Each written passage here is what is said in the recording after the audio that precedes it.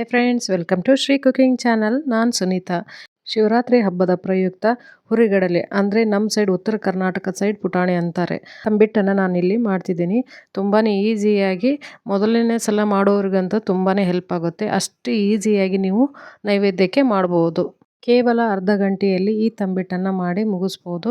ಅದನ್ನು ಯಾವ ರೀತಿಯಾಗಿ ಎಷ್ಟು ಈಸಿಯಾಗಿ ಹೇಗೆ ಮಾಡೋದು ಅಂತ ನಾನಿಲ್ಲಿ ತೋರಿಸ್ತೀನಿ. ಇವಾಗ ಒಂದು ಮಿಕ್ಸಿ ಜಾರ್ಗೆ ನಾನಿಲ್ಲಿ 1.5 ಕಪ್ನಷ್ಟು ಪುಟಾಣಿಯನ್ನು ತೆಗೆದುಕೊಂಡಿದ್ದೀನಿ. 1.5 ಕಪ್ನಲ್ಲಿ ಸುಮಾರು ಒಂದು 10ರಿಂದ 15 ತಂಬಿಟ್ಟು ಆಗುತ್ತೆ. 1.5 ಕಪ್ನಷ್ಟು ಹಾಕಿ ಚೆನ್ನಾಗಿ ಪೌಡ್ರ್ ಥರ ಮಿಕ್ಸಿ ಮಾಡ್ಕೊಂಡು ಬರಬೇಕು. ನೋಡಿ, ಈ ಥರ ಪೌಡ್ರ್ ಥರ ಚೆನ್ನಾಗಿ ನಾನು ಮಿಕ್ಸಿ ಮಾಡಿದ್ದೀನಿ. ಇವಾಗ ಇದನ್ನು ಒಂದು ಮಿಕ್ಸಿಂಗ್ ಬೌಲ್ಗೆ ಇದನ್ನು ಹಾಕ್ತಿದ್ದೀನಿ. ತಂಬಿಟ್ಟನ್ನು ಮಾಡೋದು ತುಂಬಾ ಸುಲಭ. ಮೊದಲನೇ ಸಲ ಯಾರೆಲ್ಲ ಮಾಡ್ತಿದ್ದೀರಲ್ಲ, ತುಂಬಾ ಈಸಿ ಮೆಥಡಲ್ಲಿ ನಾನಿಲ್ಲಿ ಹೇಳ್ಕೊಟ್ಟಿದ್ದೀನಿ. ನೋಡಿ, ಇವಾಗ ನಾನು ಒಂದು ಮಿಕ್ಸಿಂಗ್ ಬೌಲ್ಗೆ ಈ ಹುರಿಗಡಲೆ ಪೌಡ್ರನ್ನು ಹಾಕಿದ್ದೀನಿ. ಇವಾಗ ಒಂದು ಫ್ರೈಯಿಂಗ್ ಪ್ಯಾನ್ನಲ್ಲಿ ನಾನು 1 ಕಪ್ನಷ್ಟು ಶೇಂಗಾ ಕಾಳನ್ನು ಹಾಕಿ ಚೆನ್ನಾಗಿ ಹುರಿತಾ ಇದ್ದೀನಿ. ಮೀಡಿಯಮ್ ಫ್ಲೇಮಲ್ಲಿ ಈ ಶೇಂಗಾ ಕಾಳನ್ನು ಹುರಿತಾ ಇರಬೇಕು. ನಾನಿಲ್ಲಿ 1.5 ಕಪ್ ಹುರಿಗಡಲೆಗೆ 1 ಕಪ್ನಷ್ಟು ಶೇಂಗಾ ಕಾಳನ್ನು ಹಾಕಿದ್ದೀನಿ.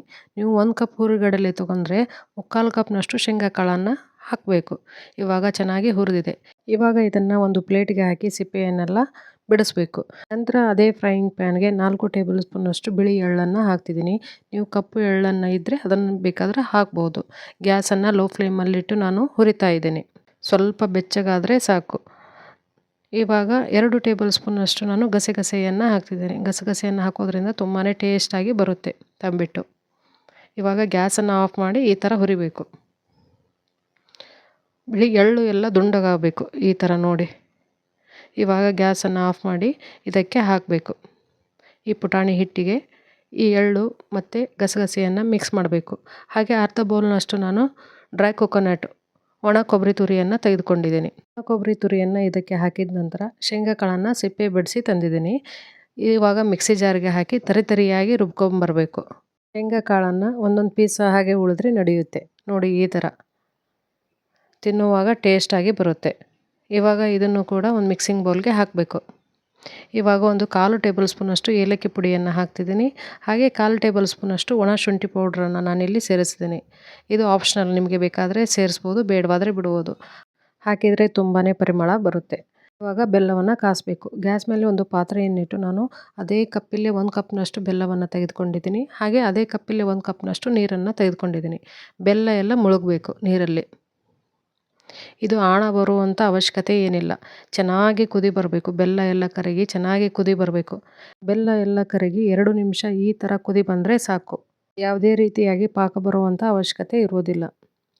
ಯಾರೆಲ್ಲ ಹೊಸಬ್ರು ನಮ್ಮ ಚಾನಲನ್ನು ನೋಡ್ತಿದ್ದಾರೆ, ದಯವಿಟ್ಟು ನಮ್ಮ ಚಾನಲನ್ನು ಸಬ್ಸ್ಕ್ರೈಬ್ ಮಾಡಿ ನೋಡಿ. ಇವಾಗ ಗ್ಯಾಸನ್ನು ಆಫ್ ಮಾಡಿ ಬೆಲ್ಲವನ್ನು ಇವಾಗ ಸೋಸ್ಕೊಳ್ಳೋಣ. ಯಾವುದೇ ಆದರೆ ಗಲೀಜಿದ್ದರೆ ಹೋಗುತ್ತೆ. ನೋಡಿ, ನಾನು ಪೂರ್ತಿಯಾಗಿ ಹಾಕೋದಿಲ್ಲ, ಸ್ವಲ್ಪನೇ ತೆಗೆದಿಟ್ಟಿದ್ದೀನಿ. ಇವಾಗ ಹಾಕಿ ಚೆನ್ನಾಗಿ ಮಿಕ್ಸ್ ಮಾಡ್ತಿದ್ದೀನಿ.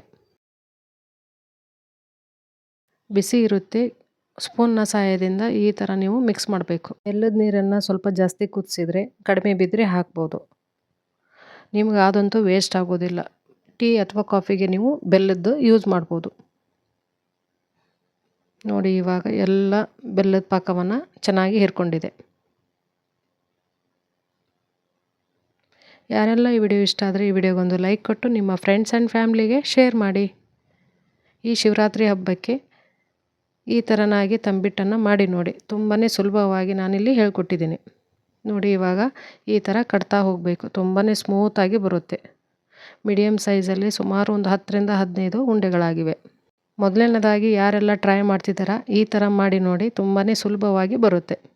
ಫಸ್ಟ್ ಟೈಮ್ ಯಾರೆಲ್ಲ ನಮ್ಮ ಚಾನಲನ್ನು ನೋಡ್ತಿದ್ದೀರಾ, ದಯವಿಟ್ಟು ನಮ್ಮ ಚಾನಲನ್ನು ಸಬ್ಸ್ಕ್ರೈಬ್ ಮಾಡಿ ನೋಡಿ. ಹಾಗೆ ಪಕ್ಕದಲ್ಲಿರೋ ಬೆಲ್ ಬಟನನ್ನು ಕ್ಲಿಕ್ ಮಾಡಿ ಆಲ್ ಅಂತ ಸೆಲೆಕ್ಟ್ ಮಾಡಿದರೆ ನಾವು ಮಾಡೋ ಪ್ರತಿಯೊಂದು ಹೊಸ ರೆಸಿಪಿಯ ನೋಟಿಫಿಕೇಷನ್ ನಿಮಗೆ ಮೊದಲು ಬರುತ್ತೆ. ನೋಡಿ, ಈ ಥರ ನೀವು ಉಂಡೆಯನ್ನು ಕಟ್ತಾ ಹೋಗಬೇಕು. ಇವಾಗ ರೆಡಿಯಾಗಿದೆ ಶಿವರಾತ್ರಿ ಹಬ್ಬದ ಪ್ರಯುಕ್ತ ಹುರಿಗಡಲೆ ತಂಬಿಟ್ಟು. ನೀವು ಇದೇ ರೀತಿಯಾಗಿ ಮನೆಯಲ್ಲೇ ಟ್ರೈ ಮಾಡಿ ನೋಡಿ. ತುಂಬಾ ರುಚಿಕರವಾಗಿ ಅಷ್ಟೇ ಟೇಸ್ಟಿಯಾಗಿ ಇರುತ್ತೆ. ಮತ್ತೆ ಹೊಸ ರುಚಿಯೊಂದಿಗೆ ನಿಮ್ಮನ್ನು ಭೇಟಿಯಾಗ್ತೀನಿ. Thank you.